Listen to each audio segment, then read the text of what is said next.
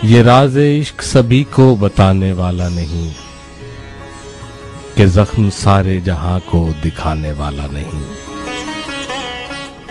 तू आसमां से सितारे न तोड़ मेरे लिए, मेरा तरीके मोहब्बत जमाने वाला नहीं।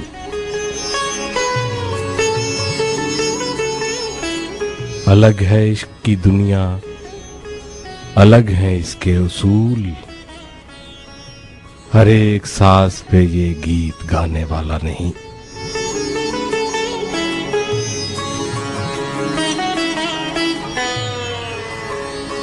है रोशनी वो घिरा ही रहेगा प्यारों में, जो दोस्तों को कभी आजमाने वाला नहीं।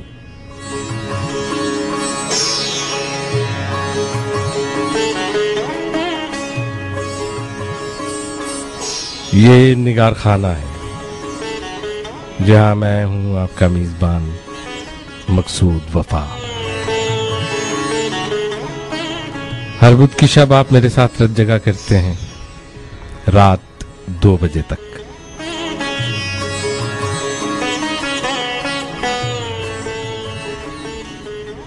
आज की शब निगार खाना में एक शायरा से गुफ्तगू रहेगी। एक ऐसी शायरा जिसकी ताज़ा ताज़ा किताब मेरे हाथों में है। मैं तुमको छोड़ सकती हूँ, ये इस मजमुआ है कलाम का नाम है, जो हाल ही में छप के आया है।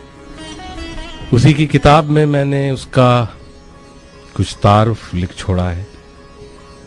यही लिखा हुआ आपको जो जब पढ़कर सुनाऊंगा तो आप सब जान जाएंगे कि रोशनी कहाँ से आ रही है, और आपका जी चाहेगा कि आप मारिया रोशनी की शायरी के साथ कुछ वक्त गुजारें।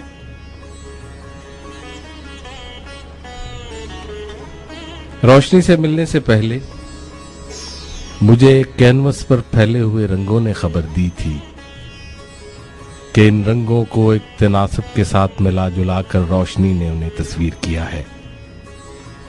मस्त एफएम 103 के स्टूडियो में उसे चिड़ियों की तरह फुदकते देखकर मालूम हुआ कि वो अपने अंदर की खबर को छुपाकर रेडियो पर शहर भर की खबरें सुनाती है। दोस्तों की महफिल में उसके बुलंद आहंग कहकहों में कोई कोई कहका ऐसा भी था जो इतला करता था कि रोशनी अपने दिल के किसी गोशे में तन्हा और उदास है, लेकिन वो हार नहीं मानती। हाँ, वो अपनी नाकाम मोहब्बत से भी हार नहीं मानती। वो नाकामियों से लड़ती है, अनथक काम करती है और उस मुंडेर पर चिराग जलाने में कोशा रहती है जहां हवाओं का गुजर बहुत तेजी से रहता है, लेकिन उसे कोई परवाह नहीं। उसे तो बस चिराग जलाने की धुन है। ये सब वो इसलिए करती है ताकि वो इजहार कर सके। वो जानती है और अच्छी तरह से जानती है कि इजहार करना कामयाबियों और नाकामियों की सतह से बुलंद है, जहां खड़े होकर उसने मुआशरे में फैले हुए दुखों की धुंध को अपने दुखों की तरह महसूस किया है। उसकी शायरी पढ़ते हुए मैंने बारहा महसूस किया कि वो अपने छोटे से दिल में रहने वाले अफसोस और दुख को बड़े मानी देने की कोशिश में है।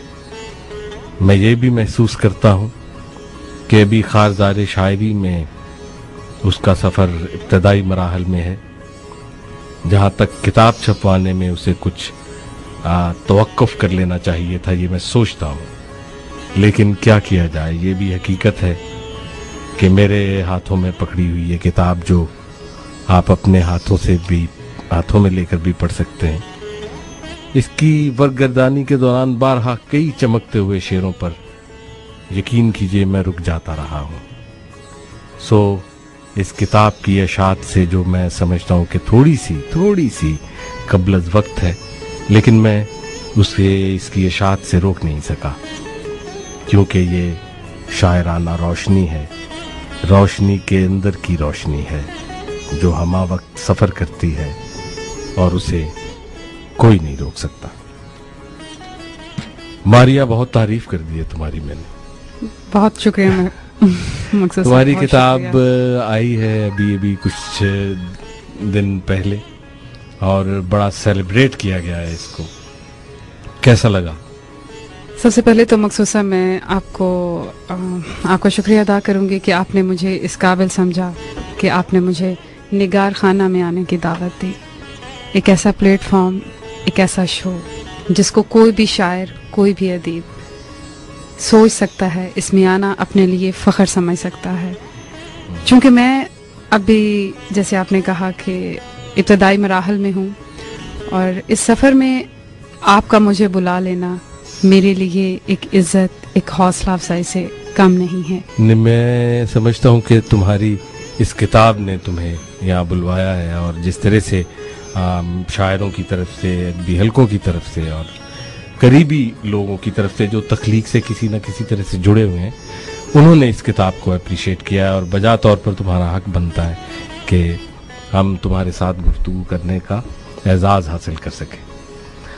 क्यों शायरी करती हो? अगर सच बताऊं तो मैं शायरी नहीं करती हूँ। अच्छा, क्या करती हो? शायरी जन्म लेती है मुझ में।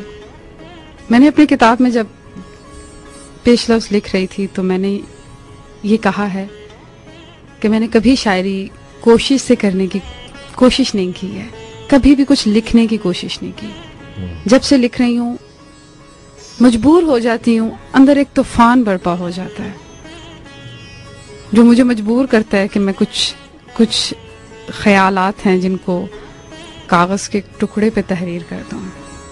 वो तहरीर आप लोगों तक पहुँची, आप लोगों ने उसे सराहा और यही मेरी कामयाबी है। तुम्हारी जिंदगी के जो है वो मुख्तलिफ एस्पेक्ट हैं। खबरें पढ़ती हो रेडियो पे, तस्वीरें बनाती हो, सोशली बहुत एक्टिव हो, शायरा के लिए वक्त निकलता है। शायरा कहाँ अपना वक्त निकालती है तुम्हारे अंदर से? मैं जब रेडियो पर मौजूद होती हूँ 103 के इसी प्लेटफॉर्म पर खबरें पढ़ रही होती हूँ, तब भी मेरे अंदर जो शायरा है, जो रोशनी है, वो मौजूद होती है। उन्हीं खबरों में कहीं मौजूद होती है।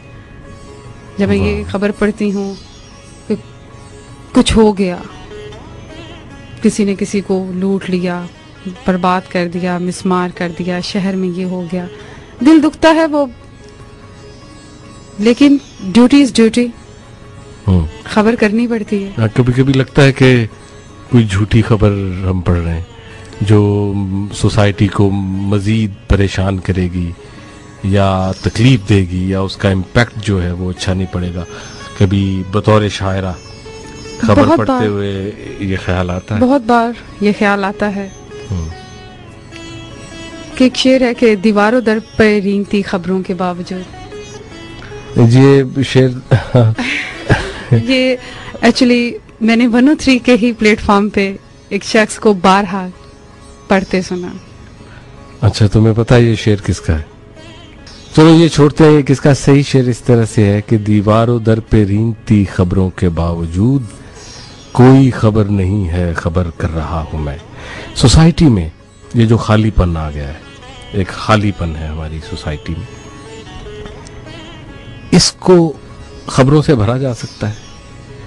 हम अंदर से बंजर हो गए हैं, हमारे अंदर की धरती प्यासी हो गई है। हम उसे शायद खबरों से सराब नहीं कर सकते हैं। उस बंजरपन को, उन चीज़ों को शायद हम थोड़ी खाना पूरी की कोशिश में ज़रूर करती हूँ कि ये मेरी फील्ड है, मैं इसी से वाबस्ता हूँ, लेकिन बहुत हद तक मैं कुछ शायद ये नहीं कहूँगी। अगर मैं एज अ शायरा मतलब बात करूँ तो शायद मैं ये नहीं कह सकती कि हम उन खबरों से उस मुआशरती जो तबकाती तकसीम है या मुआशरती जो भी एलिमेंट्स हैं जो इस वक्त मुआशरे में मौजूद हैं, अच्छे भी और बुरे भी, हम उनको उस तरीके से फिलअप नहीं कर सकते हैं। ये मैंने सवाल इसलिए भी तुमसे किया है कि तुम्हारी शायरी का एक जो गालिब मौजू है, बेशतर जगहों पे जो हमें मिलता है, वो तो जाहिर है एक बहुत ही मासूम सी मोहब्बत है जिसके बारे में तुम जिक्र करती हो, लेकिन जा बजा मुझे पढ़ते हुए ये मैंने देखा है कि तुम माशरती और माशी नाहमवारियों के बारे में भी अक्सर शेर कहती हो और उसके बारे में एक राय रखती हो।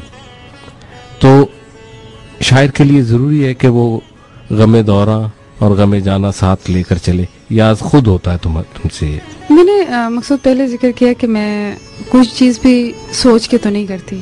मैंने आज तक कभी कुछ सोच के लिखने की कोशिश नहीं की है। मैं जो महसूस करती हूँ उसको बहुत सच्चे दिल के साथ इबादत समझ के उसको लिख डालती हूँ। वो नौमरी के कोमल जज्बे हों, शौरी सतह के कोई मोहब्बतें हों,